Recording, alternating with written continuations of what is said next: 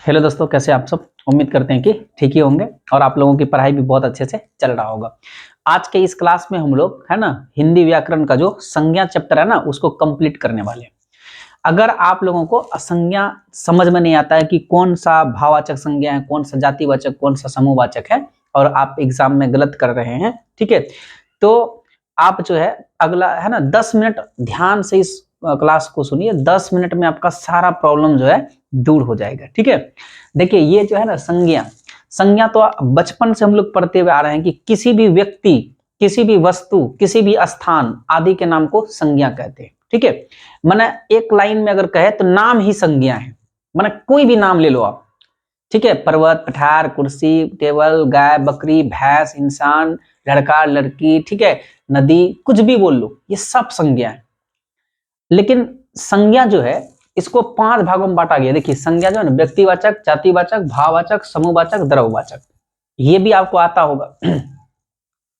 लेकिन यहां पर देखिए व्यक्तिवाचक संज्ञा सबसे पहले पढ़ते हैं, है ना। देखिए ऐसा जुगाड़ आपको है ना अभी मिलेगा कि फिर दोबारा आपको संज्ञा में कभी कोई प्रॉब्लम नहीं होने वाला है।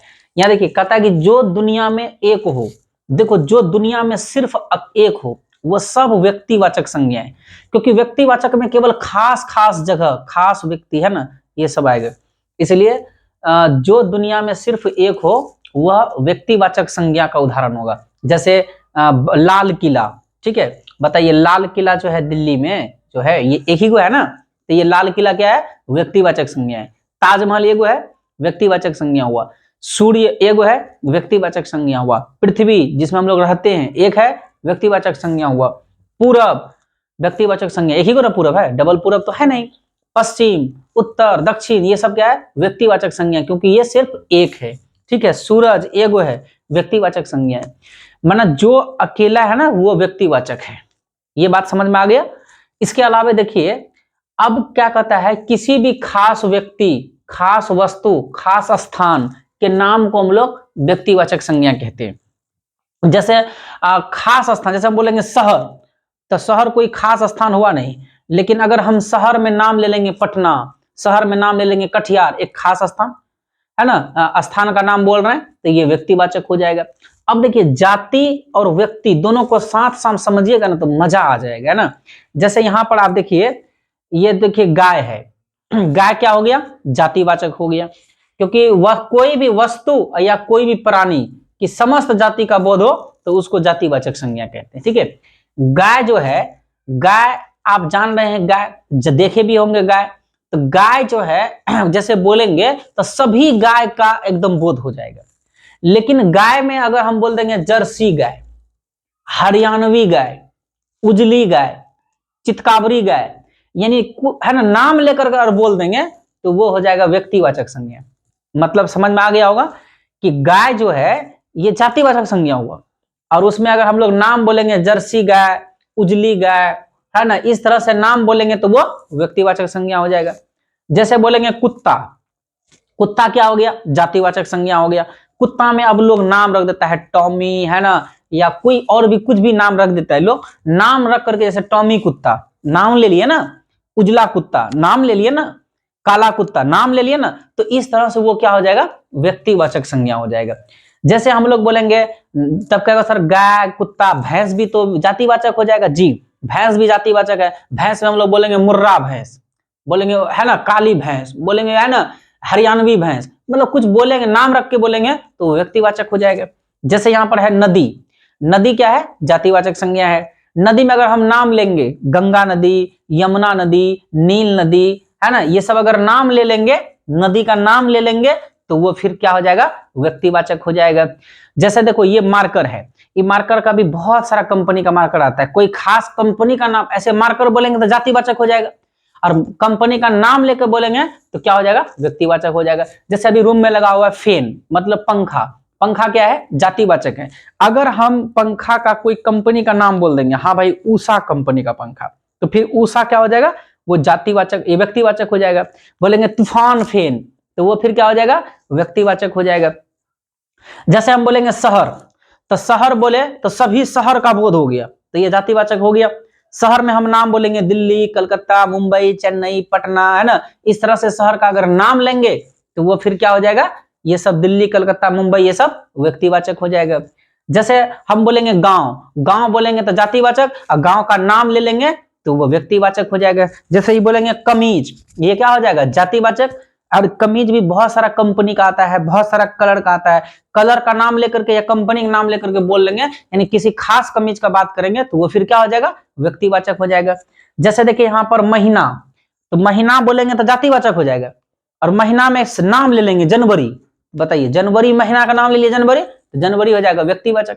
फरवरी व्यक्तिवाचक, है ना, मार्च व्यक्तिवाचक हो जाएगा, अप्रैल, मई, जून, जुलाई ये सब व्यक्तिवाचक हो जाएगा। जैसे बोलेंगे सप्ताह, तो सप्ताह हो जाएगा क्या, जातिवाचक, और सप्ताह में नाम ले लेंगे रविवार व्यक्तिवाचक हो जाएगा, सोमवार व्यक्तिवाचक हो जाएगा, मंगलवार व्यक्तिवाचक हो जाएगा, है ना, थोड़ा थोड़ा समझ में आ ही रहा होगा।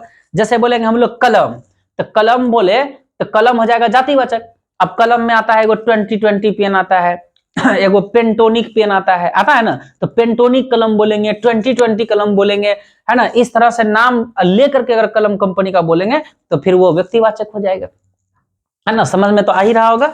ठीक है, जैसे हम लोग मान लीजिए कोई पर्व का नाम बोले, पर्व, जैसे हम बोलेंगे पर्व, तो पर्व क्या हो जाएगा कि जातिवाचक हो जाएगा। उसी में हम लोग बोलेंगे ईद पर्व, उसी में हम लोग बोलेंगे मुहर्रम पर्व, उसी में हम लोग बोलेंगे दीपावली, होली, नाम ले लेंगे पर्व का तो वो व्यक्तिवाचक हो जाएगा। जैसे यहाँ पर है पंखा, तो पंखा जातिवाचक हो गया, बोलेंगे तूफान पंखा तो वो व्यक्तिवाचक हो जाएगा, है ना, बोलेंगे उषा पंखा तो वो व्यक्तिवाचक हो जाएगा। तो ये आपको ध्यान में रखना है कि जैसे गधा, घोड़ा, बिल्ली, भैंस, सांप, सांप बोलेंगे ना, सांप व्यक्ति जातिवाचक हो जाएगा। सांप में बोलेंगे अजगर सांप व्यक्तिवाचक हो जाएगा, नागिन सांप व्यक्तिवाचक हो जाएगा, है ना, थोड़ा थोड़ा समझ में आ ही रहा होगा। बोलेंगे पहाड़, पर्वत, है ना, पर्वत बोलेंगे तो जातिवाचक हो जाएगा। पर्वत में बोलेंगे नाम ले लेंगे हिमालय पर्वत, विंध्याचल पर्वत, नाम लेंगे तो ये हिमालय और विंध्याचल ये सब क्या हो जाएगा, व्यक्तिवाचक हो जाएगा। ठीक है, तो इसलिए देखिए तोता, उल्लू, गाय, गधा, घोड़ा, बिल्ली, सांप, हाथी ये सब क्या होगा, ये सब जातिवाचक होगा। उसमें किसी का नाम लेके बोलेंगे, है ना, खास हाथी, खास घोड़ा, खास गधा का नाम लेंगे, है ना, बात करेंगे तब वो व्यक्तिवाचक हो जाएगा। इतना बात तो आपको समझ में आ ही गया होगा। ठीक है, अब यहाँ पर देखिए कुछ प्राकृतिक घटना जैसे भूकंप है, सुनामी है, बाढ़ है, सुखाड़ है ना, ये सब किसके अंदर आ जाएगा, तूफान है, ये सब जातिवाचक के अंदर आता है। ठीक है, और जो दुनिया में एक है वो भी व्यक्तिवाचक है, बता ही दिए कि लाल किला, पूरब, सूरज, पश्चिम, उत्तर, दक्षिण एक एगो है, तो ये सब व्यक्तिवाचक है। उम्मीद करते हैं कि जातिवाचक और व्यक्तिवाचक समझ में आया। आप बने रहिए, है ना, कितना समझे हैं इसी, है ना, वीडियो में लास्ट में आपका एक छोटा सा टेस्ट भी होने वाला है। ठीक है, ध्यान से सुनिए। अब आते हैं भाववाचक संज्ञा में। देखिए जो दिखता नहीं है, जिसको हम लोग केवल महसूस करते हैं उसको हम लोग बोलेंगे भाववाचक।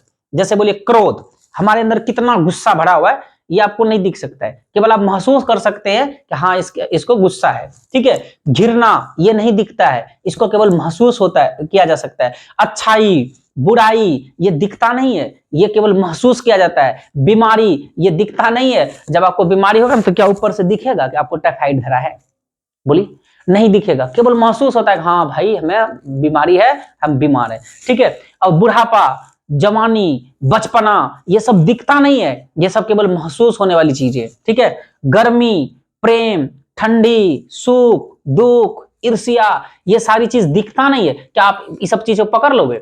मना ऐसी संज्ञा जिसको हम लोग पकड़ नहीं पाएंगे, जो दिखता नहीं है, जिसको केवल महसूस करते हैं, है ना। तो ये क्रोध, घृणा, अच्छाई, बीमारी, बुढ़ापा, गर्मी, प्रेम, सुख, दुख, ठंडी ये सब क्या हो जाएगा, ये सब भाववाचक हो जाएगा। बोलिए यहां तक कोई दिक्कत? अब आप बताओ, जैसे हम बोलेंगे मटन का स्वाद, क्या स्वाद दिखता है? नहीं, क्यों एहसास होता है हाँ भाई क्या गजब बना है ना मटन, तो वो भाववाचक में चला जाएगा, मटन का स्वाद। ठीक है, तो अब आ जाइए समूहवाचक संज्ञा में। समूहवाचक संज्ञा में क्या होता है, झुंड का बोध। जैसे हम लोग बोलेंगे सभा, लगता है ना कि एक बड़ा सा बहुत लोगों का एक झुंड जैसा चीजें दिमाग में आएगा, तो वो समूहवाचक संज्ञा का उदाहरण होगा। जैसे बोलेंगे सेना, आर्मी, तो उसमें महिला, पुरुष, एक झुंड दिमाग में आ जाता है।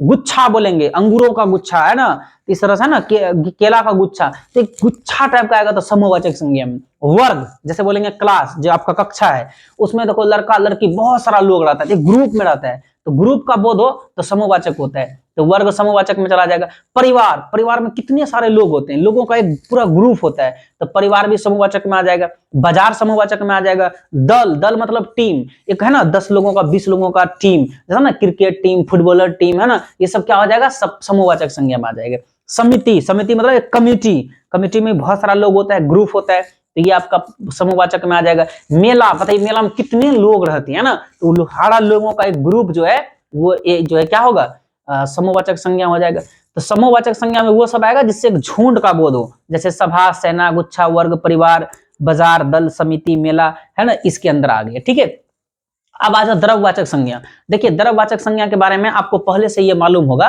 कि द्रव्यवाचक संज्ञा में वो आएगा जिसको हम लोग मापते तोलते हैं। ठीक है, जिसको हम लोग मापते तोलते हैं। लेकिन इसके बारे में एक लाइन और ये आता है कि इसको हम लोग है ना, देखिए एक बात ध्यान रखिएगा, ऐसा कहा जाता है कि द्रव्यवाचक संज्ञा को गिना नहीं, है ना, गिन नहीं सकते। देखो गिन सकते हैं, जैसे चावल द्रव्यवाचक संज्ञा में, उसको गिन सकते हैं लेकिन उसको गिना नहीं जाता है। बताइए आपके पास अगर कोई व्यक्ति आएगा 1 किलो चावल लेने के लिए, तो आप उसको माप के दीजिएगा, गिन के दीजिएगा, है ना, गिनती करिएगा तो बाकी कस्टमर को दे पाइएगा समय पर, नहीं ना दे सकोगे। तो वही है, तो द्रव्यवाचक संज्ञा के अंदर ना कुछ चीजें ऐसा है जिसको गिन सकते हैं बट गिना नहीं जाता है, मापा तौला जाता है।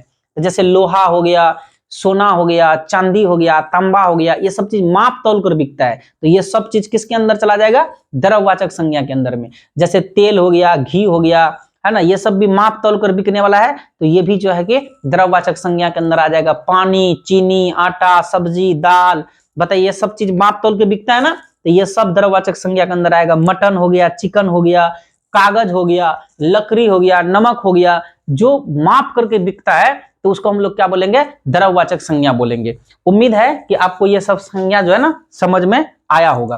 अब आप लोग है ना यहाँ ये देख कर आए होंगे कि सर कैसे एक बकरी 5 संज्ञा कैसे है। अब यहाँ अब ध्यान से समझिए, मान लीजिए एक बकरी है, तो बकरी हो गया जातिवाचक। अब बकरी का अगर हम नाम रख देंगे, जैसे होता है ना कि बुधवार को जन्म लिया बकरी तो उसका नाम बुधनी रख देता है, मंगल को जन्म लिया तो उसका नाम मंगली रख देता है, तो बकरी है तो जातिवाचक है। अब बकरी का नाम रख दिए बुधनी बकरी, तो ये क्या हो गया, व्यक्तिवाचक।